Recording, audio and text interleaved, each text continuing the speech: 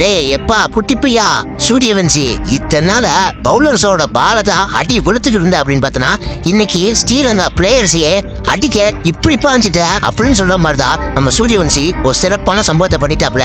என்ன அப்படின்னு பார்த்தீங்க அப்படின்னா இந்த ஸ்ரீலங்காவுக்கு ட்ரை சீரியஸ்க்கு இந்தியா ஏ டீம் போயிருக்குல, அதுல 2 மேட்ச் விளாண்டுட்டாங்க. ஒன்னு ஸ்ரீலங்கா கூட வின் பண்ணிட்டாங்க, இன்னொன்னு ஆப்கானிஸ்தான் கூட தோத்து போயிட்டாங்க. 3ஆம் மேட்ச் ஸ்ரீலங்கா கூட தோத்து போயிட்டாங்க. ஆனா அந்த மேட்ச் விளாண்ட விதத்தை இன்ட்ரெஸ்டா இருந்ததை விட அந்த நடந்த டிராமா தான் சினிமாவோட வேற லெவல்ல இருந்தது.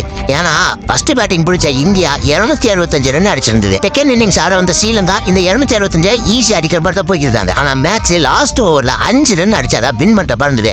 அங்கதான் இந்தியால இருந்து அர்ஷத் கான் போட வந்தாப்ல. கரெக்டா அந்த 5 ரன் மட்டும் அடிக்க விட்டு மேட்ச் டை ஆயிடுச்சு. இதுலயே 2 விக்கெட் எடுத்துட்டாப்ல. சரி மேட்ச் டை ஆயினா என்ன நடக்கணும், சூப்பர் ஓவர் தான் பண்ணணும். அது யார் சொல்லணும், அம்பேர் சொல்லணும். ஆனா அம்பேர் அது சொல்ல எப்ப வெளிச்சம் பத்தல, லைட் பத்தாது, அதனால இந்த மேட்ச் டையாவே இருக்கட்டும் அப்படிங்கிற மேட்ச் விட்டாங்க. ஆனா Indian team captain Tilak Varma சும்மாவே விடல.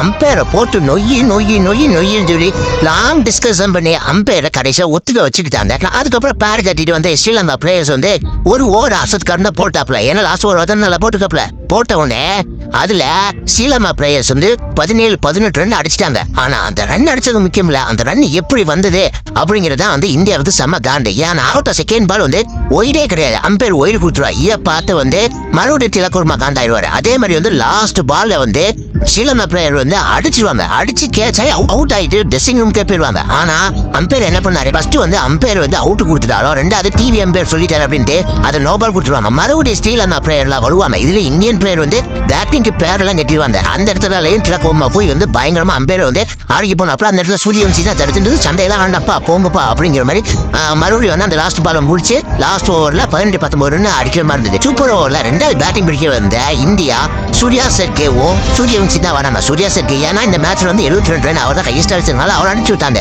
அவர் ஃபர்ஸ்ட் 3 பால்ல 3 ரன் இருந்தாரு. அடுத்து சூரியவன்சி அடுத்த 3 பால்ல வந்து வெறும் 6 ரன் 9 ரன் தான் அடிக்க முடிஞ்சது. அதுக்கப்புறம் வந்து தோத்துட்டமே அப்படின்னு சூரியவன்சி மெதுவா நடந்து போய்க்குதாப்ல. ஸ்ரீலங்கா பிளேயர்ஸ் நம்ம பயங்கரமா வின் பண்ணிட்டான் அப்படின்ட்டு வந்து அதை செலிப்ரேட் பண்றவராம சூரியவன்சி வம்புடுத்துட்டாங்க. சூரியவன்சி அமைதியா நடந்து போனாப்ல. சூரியவன்சி இன்னும் கொஞ்சம் கோவப்பட்டு உச்சத்துல போய் வந்து ஸ்ரீலங்கா பிளேயரை தன்னோட கிளவால வந்து தள்ளி விடுற மாதிரி தள்ளி விட்டாப்ல. அதனால பிரச்சனை அங்கேயே வந்து பயங்கரமா ஆயிடுச்சு. இதனால வந்து இன்னைக்கு சூரியவன்சி வந்து என்னதான் அடிச்சு விளாண்டாலும் மெச்சூர் இல்ல அப்படின்றது சோசியல் மீடியா முறை வந்து இப்போ சூரியவன்சியை வச்சு செய்யறாங்க. இன்னொரு பக்கம் திலக் வர்மாவும் கழுவி ஊத்துறாங்க.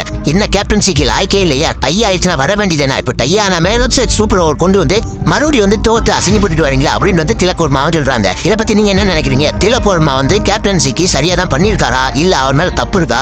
சூரியவன்சி கோவப்பட்டதை பொழைச்சுக்கமா அப்படின்னு உங்களுக்கு என்ன தோணுதுன்றத மறக்காம கமெண்ட்ஸ்ல சொல்லுங்க.